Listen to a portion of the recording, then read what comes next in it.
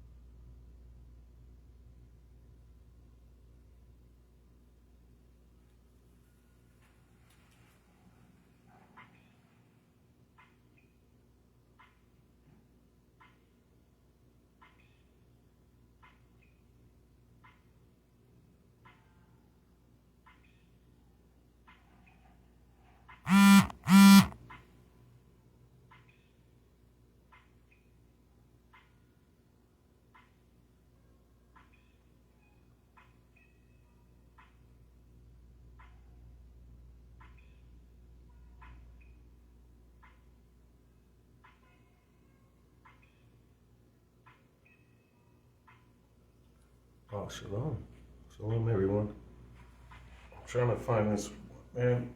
Ever since they started this AI on the Google, it takes me way longer to find research, almost like they're scrubbing it. So, like even today, I'm trying to find all these articles. I need to start saving the links or something, sending it to a page. I was trying to show where Abraham, the father of the Hebrews, came out of the Chaldees, and it's biblical. And if you look up the Chaldees, those are ancient Ethiopians, which is another way I prove to people that won't believe the Bible but believe history that the Hebrews were black. But man, I'm scrolling, and it was easy to find out that the Chaldees are ancient Ethiopians. You know, it was before they were even called Ethiopians, kind of like the Khazars or modern day Turkey, which is the false Jews. Can't find it. And I'm scrolling, and then my other phone, I uninstalled the update for Google and went back to the original update. It's like an old Google, and I can find stuff. So I feel the AI is hiding things, or they're saying what they want you to see. Like they're pushing their narrative to where you need to keep page after page after page. So it's taking me way longer to get my studies in. Simply because of that, because you know me, I always try to bring some statistics or some facts, some historical events that validate the Bible as well, but it's making it difficult. Like this one, I'll bring it for service, so bear with me. I just got to find one more article.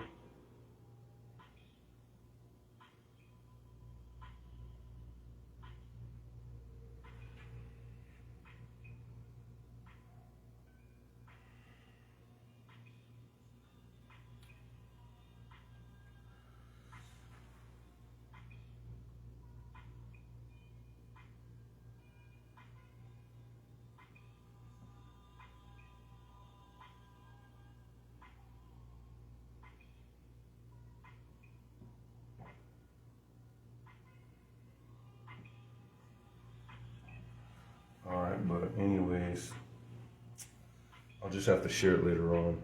Praise the Almighty. Welcome. Is that time? Yeah, it's about time. Welcome, True Hebrews United. We got a lot. We're going to be dealing with some fornication today, but I'm going to come with it from a different aspect. So you're going to like it. Definitely, this will be one that you could save and share to other brothers and sisters, especially single brothers and sisters, married brothers and sisters that have children that are 16, 17, 18, 19, 20. All that stuff is going to deal with a whole bunch of stuff. So praise the Almighty. Welcome to True Hebrews United, Almighty Yeshua. She beloved holiness instructor, discipleship, Joe Sergeant, about to get into the book as usual. Definitely give all honor to the creator of heaven and earth and all that is in therein. The one that dictates my immune system, my white blood cells, my heartbeat, my cholesterol, everything that makes it to where I have health, makes it to where I don't feel sick, I can go to work. The one that gives me work, he says he gives you the ability to establish wealth. The one that allowed, this man got laid off and I kept my job. This man died from pneumonia and I didn't. This man died from cancer and I didn't. The one that gives us favor, that gives us mercy. Give glory to him, the one that allowed us to have our family. Someone doesn't have a dad. Someone took a day off the other day, Tuesday, because they had to go to a funeral. A co-worker of mine, close family member died. Someone has woke up today and they're one less family member or friend down. You know, they have one less. And so to thank the Almighty that he leased us this time and give him praise and glory through his son, Yeshua, HaMashiach, only begotten of the Father. Double honor to the apostles, the prophets, the evangelists, the teachers, the elders, the bishops, the deacons across the whole planet, teaching, persuading to repent from their sin and come to this gospel before it's everlasting too late. Getting these people, their hearts back to the Father. All the brothers and sisters, I am Teacher Simon. I am not the only one. I'm one of many. I'm one of few. There's few people standing on the wall as a watchman, blowing the trumpet, crying out against sin, that don't have their own private agenda. I already seen some stuff with another camp has some corruption in them. A lot of these camps, man, you'll be surprised how many, just like these rappers and these actors, you'll be surprised how many of these camps leaders are really homosexuals. You'll be surprised what they're really sleeping with other members' wives behind the corner. And then they esteem them. And it's not the fact that you go to a congregation, because we're True Believers United, but it's the fact that they have them up like the Pope, how people worship the Pope and idolize the Pope. These people, man, I'm not even going to try trash talk, but you know, when you see that they're always posting pictures with guys with glowing eyes and trying to make them supernatural and always have these special, they idolize these people, just like the Catholics do the Pope. And when they fall, which was done in secret will be brought to light, when they eventually fall, you're going to like, man, and all those people, it wouldn't be like, oh man, he was just false, I got to go the other way, like Balaam or Solomon started off right and fell away, Eli started off fell away. But you put so much trust in that idol and didn't put trust in the word. So when they fall away, a lot of those people go back to sin. Because your trust was in that man. Your trust should be the man preaching the word. The word, what he's saying. Not him in it himself. I'm flesh. I'm subject to the same temptations you are. Whether it's anger, whether it's wrath, anything, right? So it's like, just seeing some corruption. So all the true ministers that are really trying to hold the standard, get people to repent from their sin and come to this gospel before it's too late. Hopefully more will rise up. All the brothers and sisters keeping the commandments, statute, judgment, precepts, and ways. All the people on Facebook and YouTube that share, like, and subscribe and emoji the channel. I appreciate you guys. Check out some of the videos. I put up other videos off of BitChute dealing with radiation, dealing with the clothes we wear, dealing with other things. So you might want to check those things out too, because it's helpful information. So, with all that said and being done, let's let the fingers do the walking and the scriptures do the talking. Let's get it. So, Hebrews chapter 11. Hebrews chapter 11. We do have quite a bit to cover.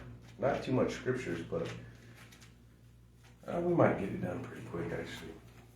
A lot of it is stuff I want to read to you guys. Hebrews chapter 11, verse 1 and 2. Now faith is the substance of things hoped for, the evidence of things not seen.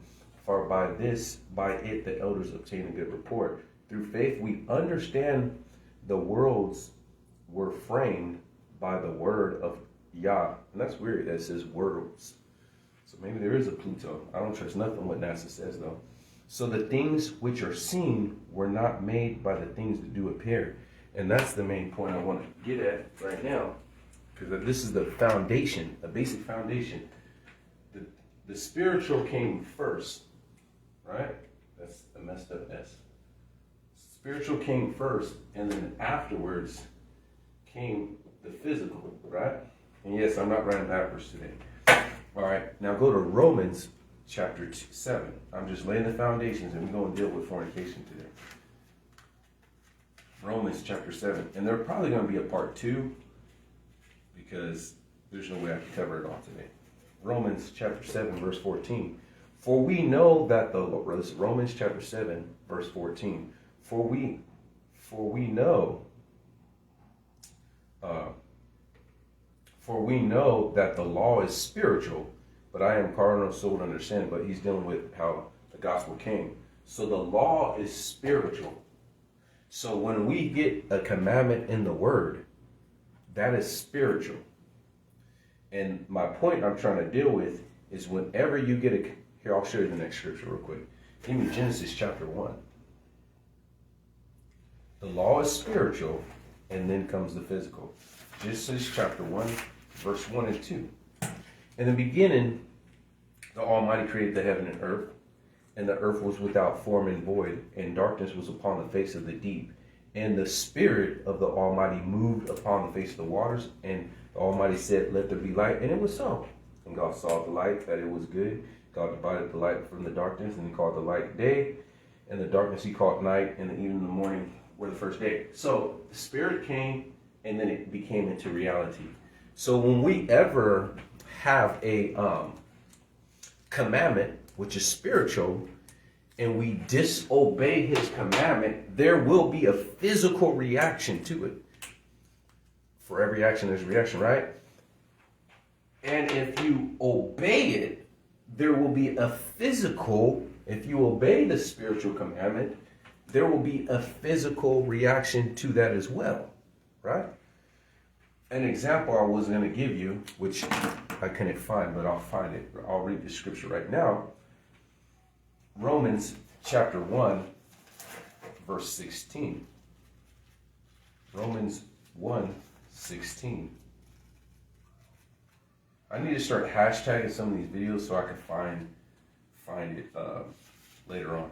Romans, these statistics, since they're scrubbing the internet of all useful information. Romans 1:16. It says, for I am not ashamed of the gospel of our Mashiach, for it is the power of the Almighty unto salvation to everyone that believeth, to the Jew first, and also the Greek. Also, there's another one that says, tribulation and wrath to the Jew first, and then also the Greek too. All right, here I'll read Romans chapter 2. But unto them that are contentious and do not obey the truth, but obey unrighteousness and indignation, tribulation and anguish unto every soul that doeth evil, to the Jew first, or the Hebrew first, and then also to the Gentile, right? Now, why do you think both situations of salvation as condemnation come to the Hebrews first? Because the commandment was given to us. And so then when there's a commandment, right, because we're dealing with the spiritual that comes first, when there's a commandment that says, do not eat pork, right? Do not eat pork. That's after. When there's a commandment that says do not eat pork because it's an abomination to you, right? And we choose to eat it. Now, I was trying to find this article, and maybe you guys can, but I didn't want to waste too much time because they scrubbed the internet, so I'm mad. It was a study that Hebrews, specifically black people, suffer the most from eating pork than any other nationality. This is the physical reaction to not obeying a spiritual commandment, because the law is spiritual. So when the law says do not eat pork, and we eat pork, there is going to be a physical reaction. Not only you going to the lake of fire, but here right on earth, there is a physical reaction to you disobeying the spiritual. Are you guys following me with that? So sometime today or whatnot, you can find it. Black people, we suffer more than Africans. We suffer the most from eating pork than any of the nationality that eats pork the most is Asians. Look at them. In Asia, they eat pork all the time. They're the highest pork eaters is Asian in China and whatnot. But they don't suffer like we suffer because the commandment was given to us. So it says anguish and tribulation is going to happen to the Hebrews first. That same pork sandwich ain't going to hit the same. We built different, right? The commandment was given to us. So let's get into fornication. Go ahead and give me Leviticus 19.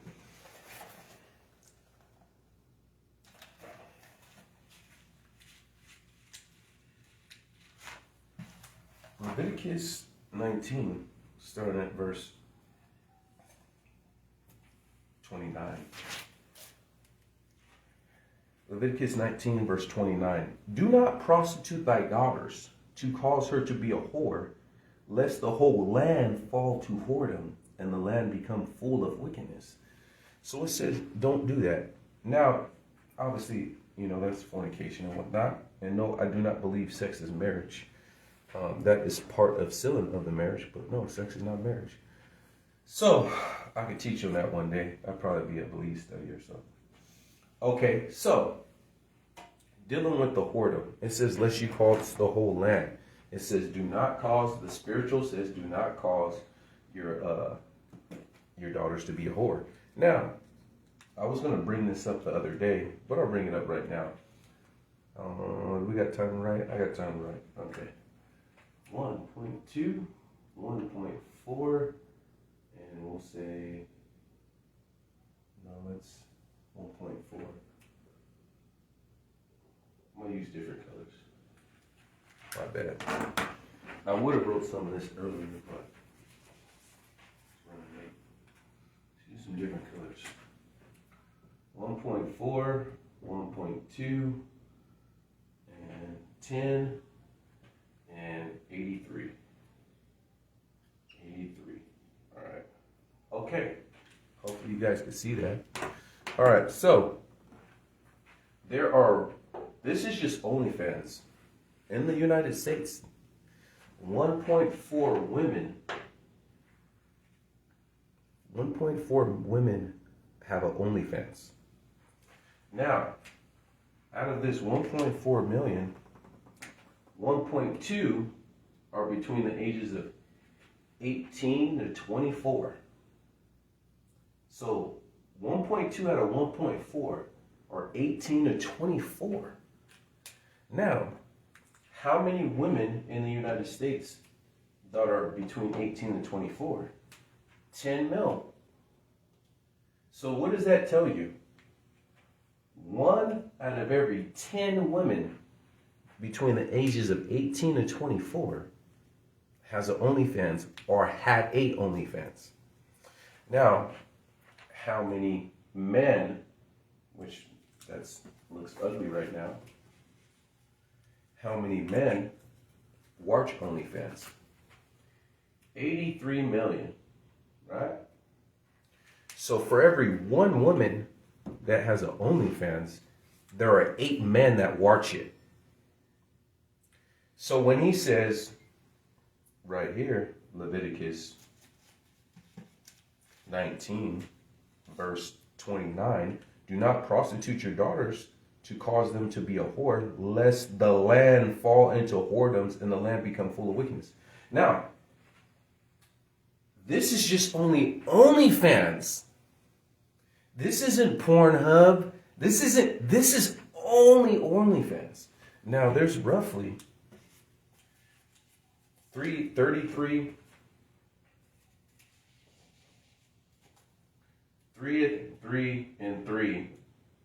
and some change million. 333 million people. And we're 50% of the population. So you could just say it's 150 million males. 150 million males in the United States. Because we're like 51% of the population. We'll just make it 160. So even just OnlyFans itself, you're saying almost half of the male population have watched or subscribed to OnlyFans. And that's not including any other. This country is saturated with pornography. Now, let's already saw that. This is how bad it is. See, when he says don't do this, and you do it against his will, there's a reaction to that. And it says you'll cause the whole land to go into this. Now, we're going to deal with the effects of that in a little bit. But did you know the pornography industry is every year between $15 and $97 billion in the U.S.? Between $15 and $97 billion goes into pornography. They make money, revenue. Now, to give you an instance, and this is why I tell people, this is why I don't like floss and be humble. There's a difference between a millionaire and a billionaire. Millionaires floss, billionaires don't.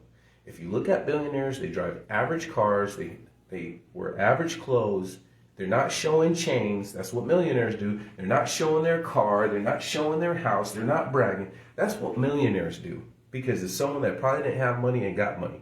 Billionaires do not do that. They know. Presence is felt, not heard. They know. The difference between a millionaire and a billionaire. 1 million seconds, to get to 1 million seconds will take you 11 days. To get to 1 billion seconds would take you 31 years.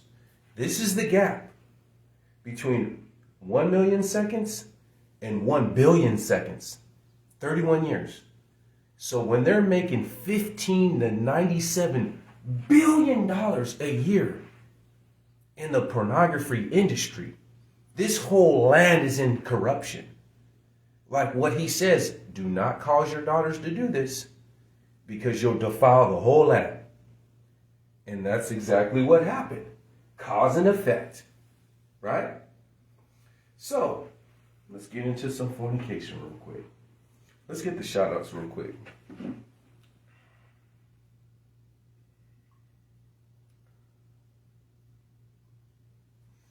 Brother Vince, you're Yahuwah, Gino Wright, Aziel Daniel, Joshua Ibarra, Israel Bar, Gia, Katura, Kamari, Vincent, Anaya, Ariel, I spelled wrong, but Ariel, Nava, Zahara, Jasa. Appreciate you guys and all the people here. You'll be on the next shout out. JD, Fino, whatnot. We put you guys, people that watch and comment on this one, will be on the next shout outs. So, the whole land's defiled, right? And I'm going to try to write this a little bit better for you guys, because it's not looking right. I'm saying, bear with us a little bit. We got a lot more writing to do. Hopefully you guys can see pretty good.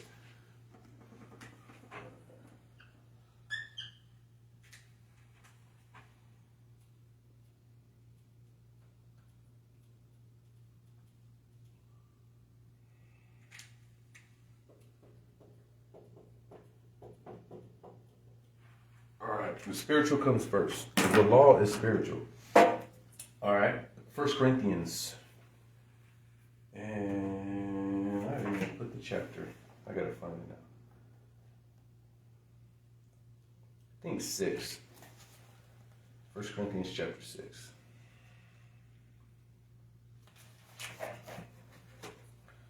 First Corinthians chapter 6 and verse 15. Oh yeah, women do things to entertain man. And what's weird is some women don't want to be, what's the word, subjectified or whatnot, or looked in a sexual manner, but then they dress because they want attention and validation. I think, I was talking to, or you guys get 1 Corinthians chapter 6. I think social media is going to turn into, they're going to diagnose it as a mental illness, because a man, for likes and views, he put his girlfriend on the balcony because the Twitter or whatnot, and she ended up dying from hypothermia. There's women that will delete people's games of their boyfriend or break their Xbox and film it just for likes and for views. There's women that talk so much about men, but then they always cry and complain. Like, you're going through something, and instead of you seeking counsel, you go to social media to cry. And then you set up a tripod, and you run to the bed, and then you cry, and then you get the crying thing, and then you edit it, and then you put music on it, and then you put caption on it, just to get views. And like, I really feel it's a mental illness. When every single argument or every single thing you go through, you have to share on social media. Every time you go to a restaurant, you have to take a picture and put it on your social media. Every time you go through this, every time you see something, like someone arguing, you got to film it so you can put it. What is wrong with you? When they go to concerts, my boy went to a concert and he took a picture of the concert, and all you seen was a whole bunch of people looking at their phone to make sure they're steady as the concert's going on. They're not even enjoying the concert. They're looking at their phone through it, and that whole time they're just making sure they're steady or they have a good view and whatnot, and they're watching the concert through their phone. Look it up. Look, concert, people using their phone on concert, press images or something. You'll probably see there are hundreds of people just doing that. It's starting to be a mental illness, male and female. It's getting bad. That's why I'm glad we limit to how much TV and we limit to how much. I don't want my kids to have social media until they get older. Why do I want them to be addicted? Why do I want them that their self-esteem and self-worth is depicted on how many likes? How about it that you fixed a car? How about you achieved something or you had a drawing? What you feel in your opinions or thoughts shouldn't be, if you say it and you speak your opinion and then everyone boos your opinion, then you want to delete the comments, then you want to take the post off. So now you're subject, whenever a woman or a man seeks validation for other ones, you are given power over your life from other people's opinions. The only opinions I care for are the people in my circle that love me and care for me. I don't care about random people's opinions. And no, I don't have this I don't care mindset, because that's an ignorant mindset too. You should care and be concerned at what impressions you make and how you treat people and be considerate. But random people that don't know you, that don't care about you, that don't care if you die, why do you care about their opinions? And why do you feel there's a need to put your personal business and your arguments with your husband or whatever situation happens that you put it out for the whole world to see? That's a mental illness. I mean, they haven't clinically diagnosed it yet, but I'm diagnosing it today. But let's keep going. They need counseling. They need to detox. That is an addiction.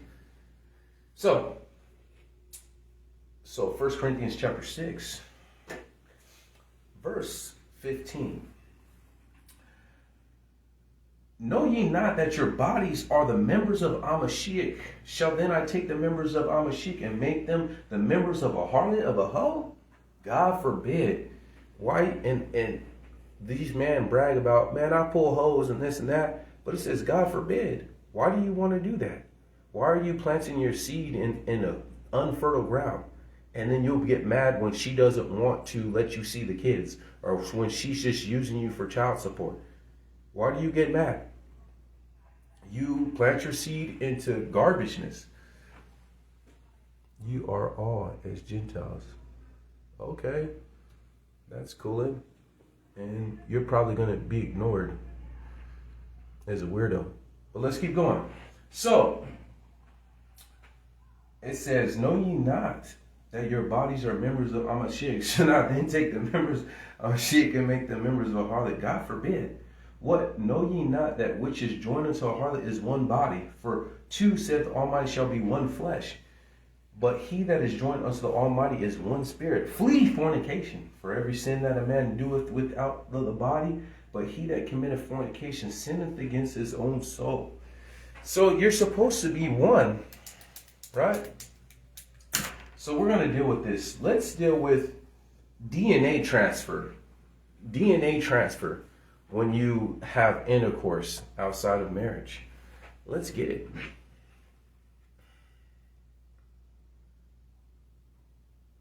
All right.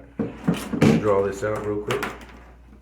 All right, so we say we'll put the woman right there with their little hair. Okay. Woman, right? And then dude number 2. We'll do the dude. Dude. Right? All right. And we'll do, can you guys see over there? There we go. Dude number 3. There we go. All right. Let's get it. So,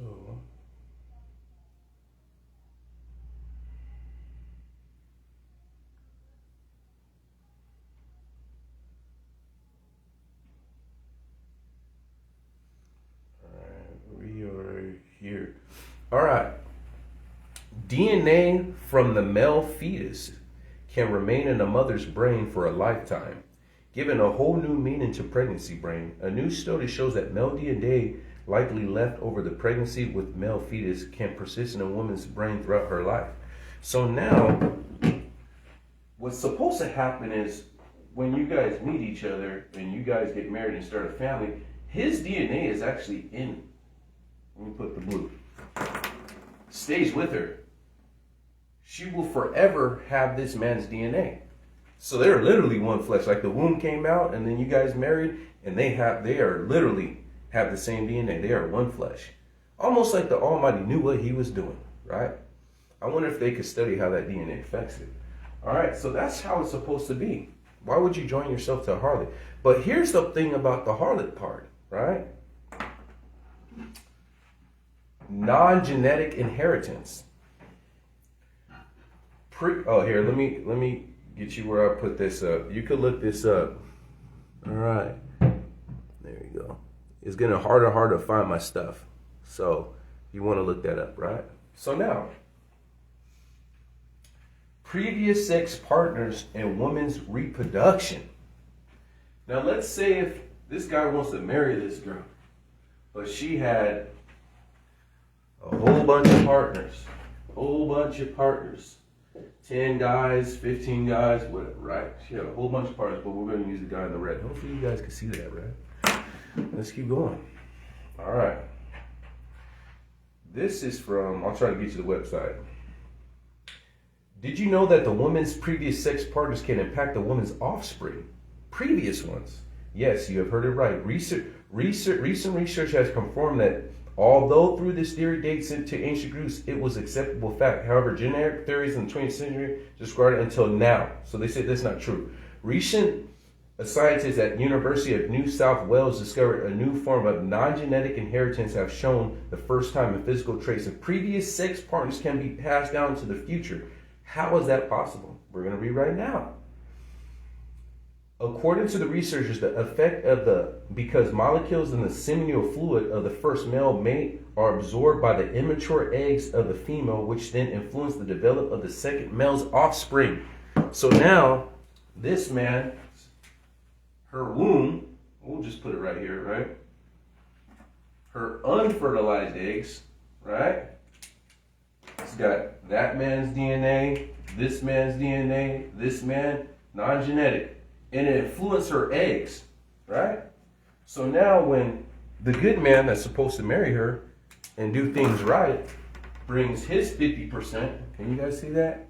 He brings his 50% of DNA, right? And she's supposed to be bringing her 50%, but she's really not bringing 50% because she's probably bringing 70%. And the other 30 is from other dudes. So why, if I'm supposed to marry you because you chose to fornicate, that other man's DNA or other man's inheritance markers or features dictate how our kids look by your past? So, why do you want to know my past? My past doesn't matter. When people say that, they're sinners. They're foolish. Because when you send out a resume, when they receive a resume, they want to know your past job experience. They want to know if you've ever been fired. When they check for a felony and knowing that you got from armed robbery or whatnot, why don't you say, I don't give resumes because my past shouldn't matter? Because your past behavior is a prediction of future ones. And you could argue that all you want, that's not true. But the majority of people do not repent. If they lied in the past, they're probably a liar now. Few people actually repent. If you smoked weed last year and then you came to me, I could probably say you probably smoke weed now. If you were promiscuous, hopefully I said that right, back in the day, there's a good probability you are now. So your past behavior is a prediction, an accurate one, of your future ones. And no, I know that's not all the case, but majority of the time it is the case. So yeah, I want to know your past. And if your past is you choosing bums, whether male or female, choosing cockroaches to have kids with, what makes you think that me and you are going to make it? Your mindset, your software is off. So this is another reason why to escape fornication, because the spiritual says don't be a whoremonger, don't fornicate. And so when you disobey it, you will suffer a physical thing. Now, not only just going to the lake of fire, but you will suffer for that. So now that the future man you have or the future man you work is a possibility. Oh man, it makes you question when you have kids by a woman and the kids are yours, but none of the kids look like you. I wonder why. Maybe some of the kids looked like the past person you dated, past person your wife dated. Could be. We don't know how much of an influence it is, but it's proven that it gets absorbed and they're bringing some of their genetic markers into the child you have. So, they may not have the DNA in the brain, but they have that. That's another reason why you shouldn't fornicate. Because as a woman, don't you want to give your man the best? Don't you want your kids to be 50% you and 50% him and no other people, no other influences? Don't you want to give him your best because he's giving you his best, which is marriage, commitment. That's what he's giving. He's bringing a lifetime of commitment, faithfulness, security, protection, leadership, counseling, friendship. So why won't you give him his best? Why does he get your worst? Why does he get where you have all these DNAs? And then that's not eschewing if you're a baby mama, because then that means if you're a baby mama, you got this man's DNA, you got this man's DNA, you got this man because you had a kid by 3 baby daddies. So you got 3 men's DNA and I'm supposed to come and marry that? That's what I'm supposed to come and marry? I want you sisters and you men to think about why he says don't commit fornication. There is a spiritual commandment which leads to a physical reaction if you disobey it. It's deeper than, oh yeah, it feels good because I nutted. It's deeper. Oh, I just got to worry about STDs, and we're going to deal with STDs because there's a new one that just came out. Right? So let's keep going. All right.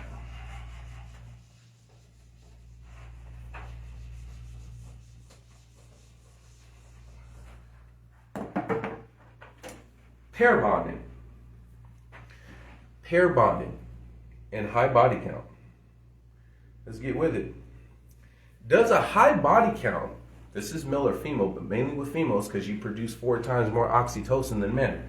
Does pair bonding count affect bonding in females? Her pair bonding is damaged. High body count and women often lose their emotional connection to physical intimacy. The more casual flings she had, the less meaningful sex become and can lead to a feeling of detachment during intimacy where she is unable to form a pair bond. So we've talked about this before, but I haven't really talked about it. Oxytocin. When you be intimate, a woman produces 4 times more. And that's what they call the love. That's what brings the pair. That's the feeling of you feel in love with the person. Now, the more people she has, she releases less of it. So if she had 20 or 30 people prior to you coming, by the time you get to her and you marry her, she's not even releasing oxytocin. She's become dopamine driven. We release dopamine. That is our pleasure hormone for men. When we lift weights, when we get in a fight, when we humble a woman in intimacy and, blow her back out, when we go to war and we achieve something on a video game, we release dopamine. If you fought someone and you're just like, now what? That's that dopamine rush. We live off of that. That's the reward for us doing something strenuous or painful. When we finally catch the buffalo after we've been tracking it down and you finally got it and you're cheering, or when you win a football game, right? So when for men, we release dopamine. You guys release oxytocin.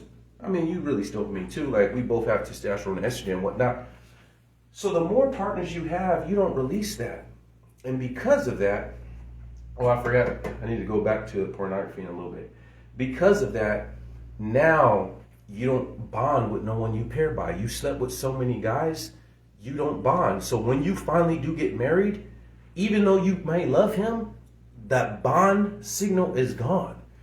This is also why we don't really like dealing with baby mamas, is because she could have bonded with maybe 3 guys in the past, 1, 2, and 3. Let's say one of them's a baby daddy, right? So you come along and there's always that woman where she could be married to you and let that baby daddy or that one boyfriend that she released the most oxytocin and she truly pair bonded with him, hey, I want to meet up. There's women that will cheat on their husband for some high school guy or for some guy that she never really got all. Why is that? Because she pair bonded with him. and the relationship flat, and you came 5 years later on down the road, and she's willing to throw up a marriage with kids and everything just to be with that guy, for that one night or whatnot. Oh, let's give it one last go. And she'll do it. Why is that? Not only is that wrong, but because she was committing fornication, and she released the most oxytocin with this man and bonded with this man, so it could be 15 years later and he pop on the scene, hey, I'm in your city, let's meet up. Okay, let's go to lunch. Okay, and they end up having sex. Why is that? And this is a reason why you should not fornicate. It goes deeper between just because the Almighty said not to do it. A lot of these problems and why it's all complicated is simply because of sin. Because essentially, if you're a virgin, then you will only have your husband's DNA in your brain and your husband's DNA in your unfertilized or unmature eggs. You are just one flesh. And you pair bond with your husband. But once sin gets involved, this is where everything gets convoluted and complicated. This is why it's better to just live righteous and live holy. All right? So, back to, I left pornography. I was supposed to come back. Erectile dysfunction. Because these men are dopamine driven, right? Driven. Because I forgot, I left this part with pornography. This is why so many men have erectile dysfunction. Because we're not supposed to be dealing with that stuff. Leave that stuff alone. You're supposed to look at your wife or something like that, right? But you choose to go all this. And so it'll start off with, just like dopamine is the same thing that drugs release too. Some drugs release dopamine. And you notice they'll start off with just some crack or some cocaine. And then let's just say 100 milligrams. I don't know because I don't do drugs. 100 milligrams gets you high. Or just like caffeine. 1 cup of coffee used to do it. You'll be up, ready to go. And 6 months later, man, I need to drink 2 cups. Up, ready to go. Now I need a monster. I need 300 milligrams of caffeine. That's how drugs is, and that's how dopamine is. So now you notice that 1 cup of coffee won't even do it for you. That same amount of drugs, of cocaine or what, don't do it for you, so you have to get more. So in like manner, back to sex, and men watch pornography, you used to watch where it's just one woman, maybe just naked, or a man and a woman. And now you need 2 women and men. Or now you need 2 men on 1 woman. And now you need a woman with a dog. And now you need a woman with this. And now you need a scenario where she's getting raped. And because you just doing it regular, and you don't get the same dopamine. And the reason why it's like that is because for us males and testosterone, we have to do something to get dopamine. I have to go to the gym. I have to get in a fight. I have to have a hard work day. There is a reward to that dopamine fix. But when I just watch porno and they just masturbate, what reward? You didn't do anything. And so then you don't get the same amount of dopamine for the same action. And you're going to require more, and they get deeper and deeper and deeper into the porno world. And then guess what happens when you meet a girl that's not as pretty as all the hundreds of women you looked at, or not shaved, or don't do the same moves, or that's not tainted and defiled, get corrupt in your mind, because you're corrupt now. Guess what? Oh, something doesn't work. Something doesn't work because you don't get the adrenaline and the dopamine. Your stuff just don't work because the Almighty said to leave that alone, and you chose not to leave it alone, and now your stuff don't work. And so instead of you doing the right thing and repenting, you say, well, I'm just going to get some Viagra. I'm just going to get this pill. I'm just going to circumvent this stuff. Okay, that could last for so long, but now you're taking a half a pill. Now you're taking a full pill. Now you're taking 2 pills. Now you're taking 3 pills. His word does not come back void. You want to cheat the system. For you to get that dopamine fix, you need to get married. That's what it is. You don't just stay home and just masturbate and think you could watch this and sin against the Most High and get a free dopamine with no work. You didn't do an 8-hour work day. You didn't go to the gym. You didn't humble your wife. You didn't do nothing. You just sat in front of a TV and did absolutely nothing, and you just getting this dopamine. You think it's not going to affect you? This is what you get. Well deserved. You wanted to fast track it and circumvent the commandments of the Almighty, then receive the reward that's given to you. All right, so back to pair bonding. Back to pair bondage, right? Let's get it. All right. We'll say intimacy becomes less meaningful. As sex becomes, this can lead to a feeling of detachment during intimacy where she's unable to form a true bond. So now, she can't, when you guys come together in marriage, even if she wants to, it's just she doesn't have the hormones to bond with you. She just physically can't do it. Have you ever seen someone that their hormones are off and they're just upset? Or their hormones are off, or they just depressed? Or their hormones are off, or they're just like a man with that suffers from low testosterone. He just doesn't want to go to the gym. Man, I really don't feel like going to work. He's just tired. He doesn't have the ambition to just go take the kids to the park. He just wants to sit home and do nothing. You're like, what's wrong? Because he has a hormone imbalance. He's lacking testosterone. It's not even like, even though he knows this is the right thing to do to go to the gym or take his kids to the park, I'm too tired today, guys. I can't take you guys to the park. He's lacking testosterone. He's lacking that drive. Testosterone is our currency as a man. That and bone density. Testosterone and bone density. That is the currency of a man. The drive to get you to go. The willing to defend your family. The willing to preach the gospel. The willing to yell, to bark, to be a man, right? So, if she doesn't produce oxytocin, even if she wants to, she can't bond with you. She can't bond with you. Intimacy doesn't be the glue to that relationship. And see, what happens is, imagine oxytocin is like testosterone, all right? So we dealt with the dopamine, right? So let's deal with the testosterone and let's deal with the oxytocin. As we age, our testosterone goes down as a man. Well, if you take the right supplements, you're good, because I don't see the difference how I hit the weights and everything. And as a woman age, her oxytocin production will go down, right? But let's just say this is 30 years, right? 30 years.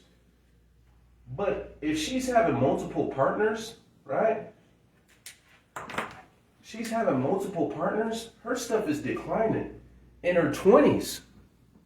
See, by the time her oxytocin declines, when you guys are intimate, your relationship is 30 years in the marriage. You guys are bonded. Like concrete takes years. They say 28 days, but for concrete to come into this full state, it could be 20 to 30 years. So by the time she gets intimate and she's in her 60s or 50s, and she doesn't produce oxytocin like she used to, it don't matter, because you guys already been married 30, 40 years.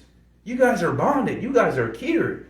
We don't need intimacy to keep this marriage. That is the plus up when you're newlyweds in your 20s and in your 30s and in your 40s. But when you get 60, 70, 80s, or you're in a wheelchair and you guys probably doing stuff once a month or something, that your love and you're already bonded. But when you have multiple partners, you are depleting your stuff so quick. It's like a man that does drugs. You see how it'll be 5 years and it look like they age 10? They look like 15 years older because they were just doing tweak for 5 years and they look 15 years older. That's what you do when you keep having all these partners outside of marriage. You're burning out your oxytocin production. So then when you finally meet someone that loves you and wants to be there for you, you physically, hormonally cannot even bond with him. This is why he says flee fornication. If you disobey his spiritual commandment, you will receive a physical reaction for that, because the spiritual came first. There's no escaping it. And you're going to the lake of fire for being a whoremonger. I'm not even dealing with the judgment part of it. I'm just dealing with the physical aspect right here, right? So, let's keep going. You guys with me on this? I don't see any comments besides that one guy.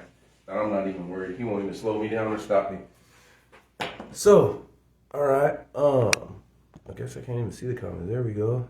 Some comments. All right. Why does it keep showing the same things? Whatever. Cool. Let's go with cheating. Cheating.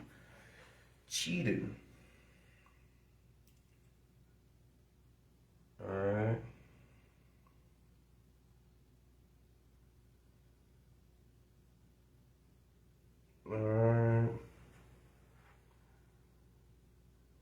Oh, here's another article if you want to read it.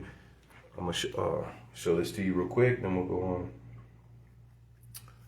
There's another one. You could look this up too. Maybe pause it or whatever. I'll read it real quick. Research from the Medical Institute for Sexual Health goes on to illustrate the importance of oxytocin when it comes to pair bonding. Casual sex leads to a decrease in this neurochemical production and interferes with further pair bonding. Repeat sexual encounters with multiple partners neutralizes the brain. You are depleting your pair bonding faster. It's almost like taking roids, and then now that you take roids, and then now you don't produce any of your own testosterone. Now you're just tired. Now you're drained. Now you can't put on muscle mass, right? Let's go with write some stuff real quick. All right. Bear with me. Write this real quick. Let's go with 2.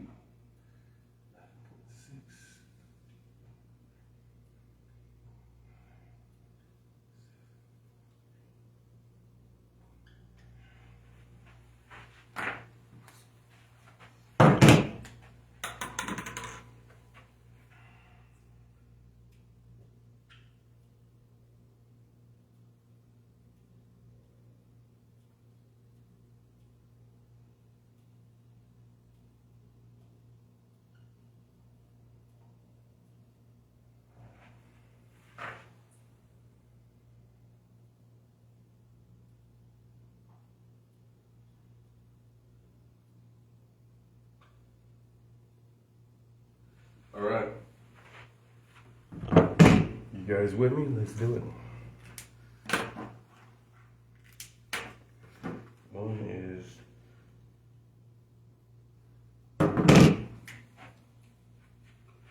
okay. This is a study, and this is proven out too. I'll show you the article. Number of partners, of male partners too. So this is for women, and this goes for men too. You're more likely to cheat too. One partner, you're 2% likely to cheat. You're 5.6% likely to get a divorce. 2 to 3 partners, you're 11% likely to cheat. It's not saying you will, but you're 11% more likely to cheat than someone that has 0 partners.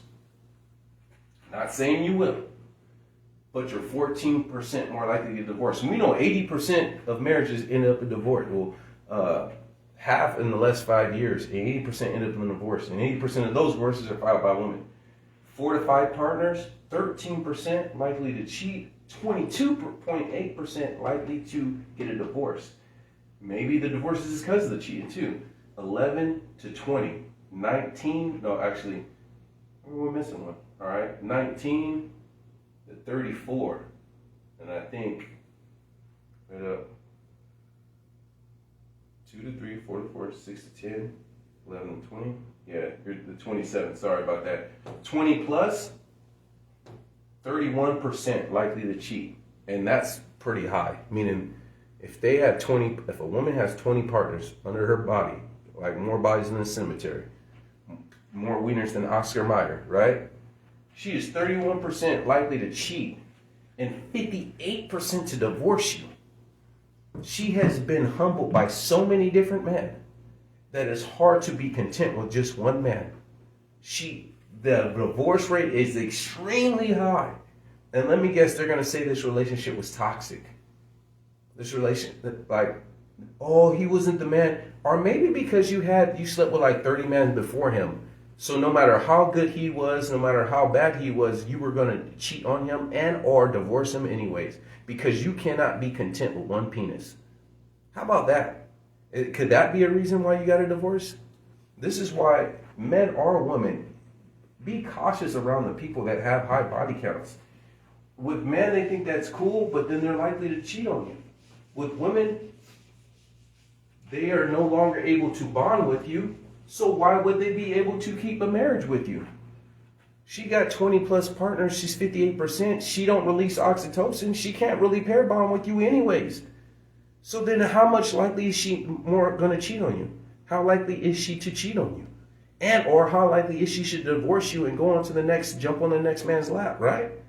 So, give me Proverbs chapter 11.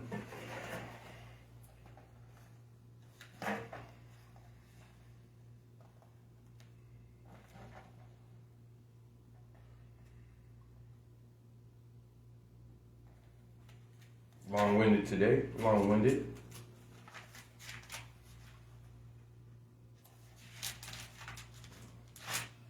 Verse 16.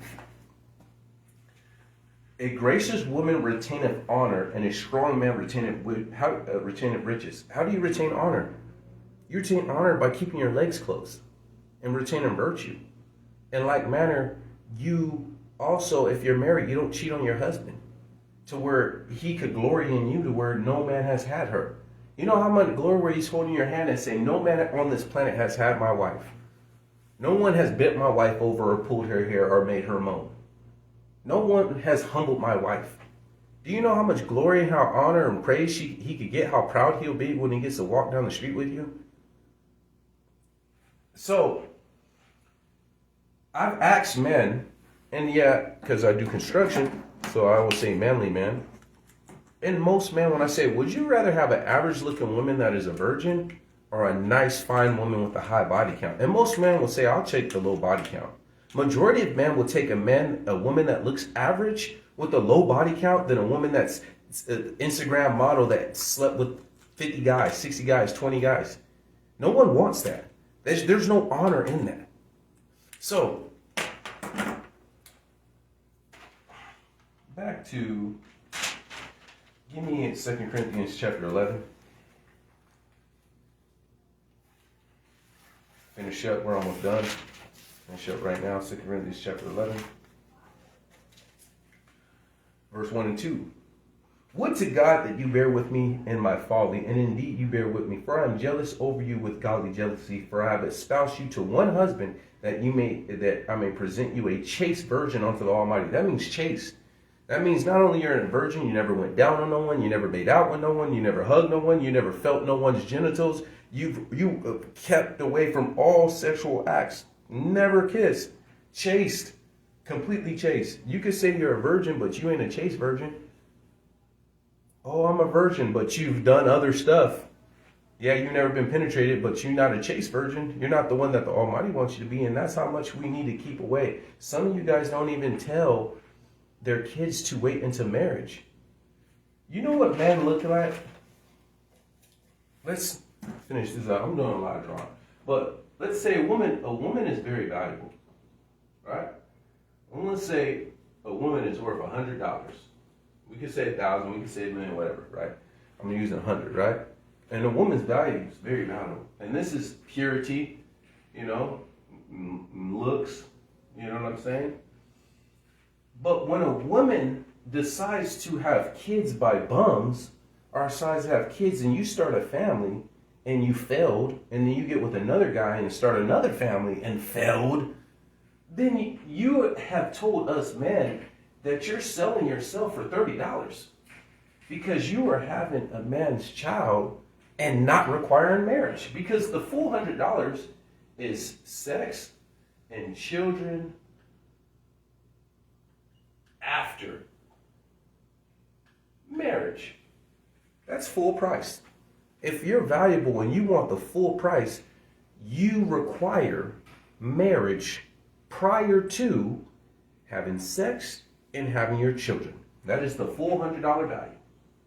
When you choose to have sex and children prior to marriage, you're selling yourself for $30, $10, $15. And the problem lies is the next man, when we see a woman then we know, we know within 5 days I can have sex with you because you already have kids by 2 different baby daddies. Probably the 3rd date, I should be smashing by the 3rd date. She already has kids. You can't raise your value. You could try to raise your value, but you can't, because a man, how are you going to argue this? Why you want me to wait till marriage, or why you made me on all these dates to have sex when you have kids? Did you make those other guys wait? Why are you trying to charge me a higher price than the men that came before me? And so now you're in this bad position. If you come to the Almighty, you'll be all right, because we understand the fact of repentance. But it's easy pickings. This is why so many women with kids, they go through one guy, he smashes for a month, 2 months, 3 months, and then it folds. And then it goes to another relationship, it lasts 6 months, 8 months, and it folds. Goes to another one, he smashed like 2 times, he leaves. He goes to another one, because they don't take you serious. Yes, there are some women that get married with kids. Yes, it does happen. But the vast majority of women that have kids at a wedlock, they just keep going through multiple men. And all that happens is you're just raising your body count higher and higher, devaluing yourself, because anytime you have sex outside of marriage, male or female, you are devalued. You are devalued. There's no way around that. You are devaluing yourself. Let's keep going. It is the equivalent of being overweight. Being overweight. And you could say, oh, I see overweight men, women with men. This is true because 50% of the nation is overweight. So it's not that we have something to choose from. But I want you to look at everyone in your circle. We're not going to look at basketball players or actors or rappers. Look at everyone that is successful. And I'm saying above middle class. I am middle class. I do construction. That is like the pinnacle of middle class. If you think about what is a middle class person, you just look at construction, and that's middle class. We make good money to where we could buy houses and go on vacations, and we're definitely not in poverty. But we're not, 2, 3, 4 houses and all that stuff, right? So middle class, right? But think of anyone above middle class. Have you seen any doctors that are with fat women? Have you seen any engineers? Have you seen any above average people with fat women? Every once in a while you'll see one. Maybe they were together before he became an engineer. They were in college. But majority of successful people, men, do not want fat women. And this is why I keep telling you, male or female, gluttony is gluttony, and gluttony is a sin. If you're a man and you're fat, yes, that's called gluttony. You are eating more than you're burning out, and you keep getting on that scale and gaining weight. You are overeating. Whether you ate too much at this meal or you ate too much over the whole week, if you are gaining weight and that weight is not muscle, that's called gluttony. That means that's you outside the will of the Most High. Male or female, you need to lose weight and get in shape. All right? Look up a healthy body fat. We won't even use the weight BMI index. Body height index. Look at the average body fat. If the average man, a healthy man, needs to be 18%, 21%, get down to 21%. Who cares about your weight?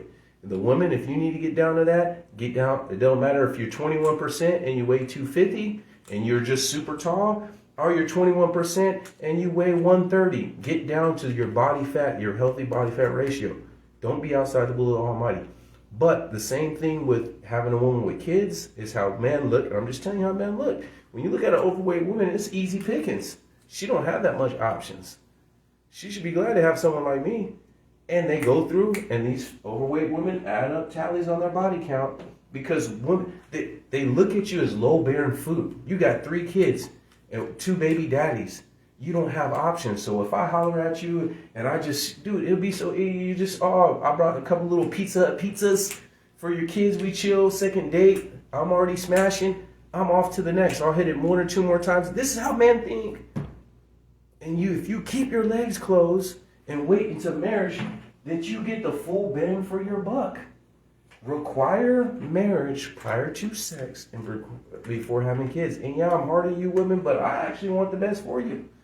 I'm actually in your corner.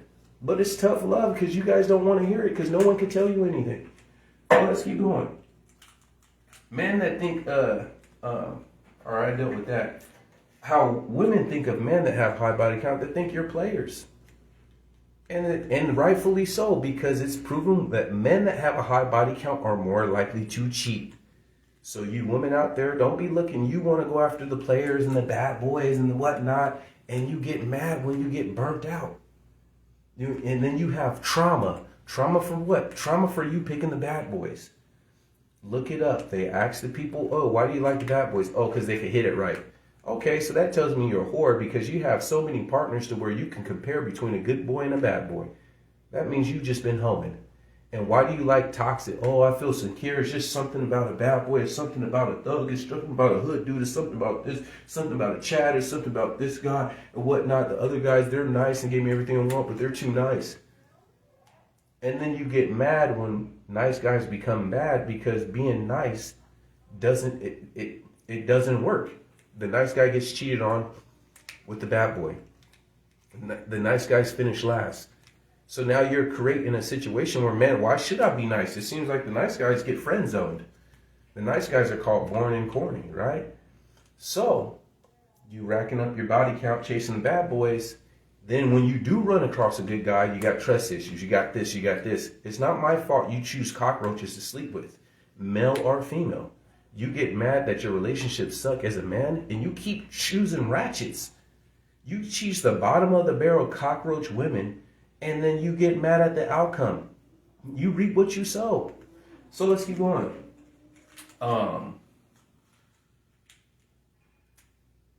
Last one, the STD, the flesh-eating STD. The Almighty, it's probably man-made, but the Almighty got something for you. All right, flesh-eating STD.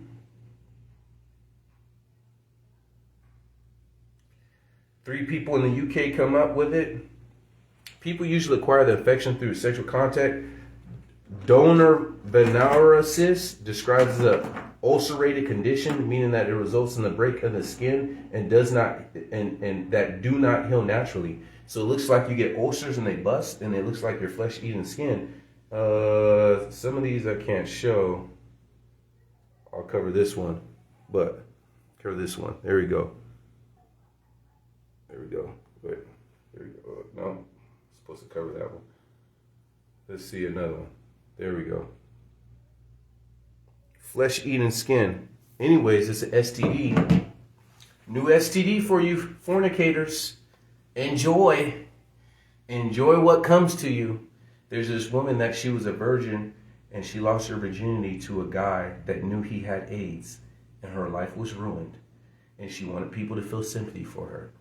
But you play Russian roulette every time you have sex before marriage. Every time. Every time. And you choose to play that game. And then you get mad at the outcome that you lost.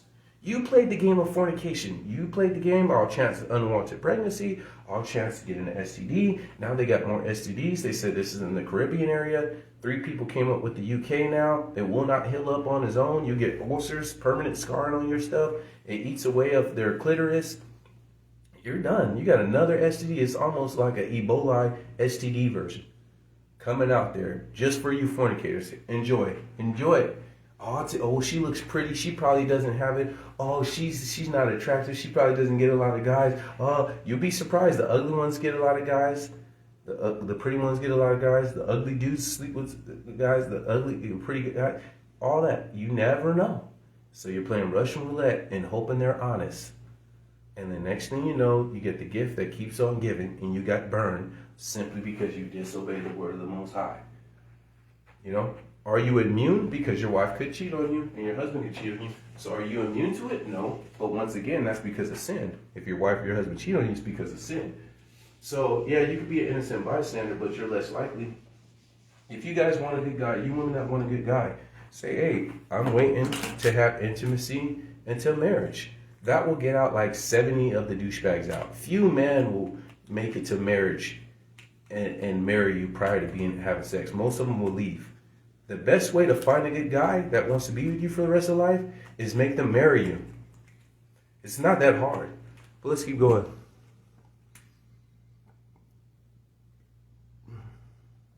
Yeah, they will cheat on a woman with the other. Some men are driven by lust and they want variety. Some of the men that do cheat, I think if they made a man having more than one wife more popular, I think that will tone it down a little bit. I'm not saying a man that's driven by lust is going to do it anyways, but maybe they'll still cheat on both of their wives or all 3 of their wives or whatnot. So maybe that might tone it down. I'm not saying it would.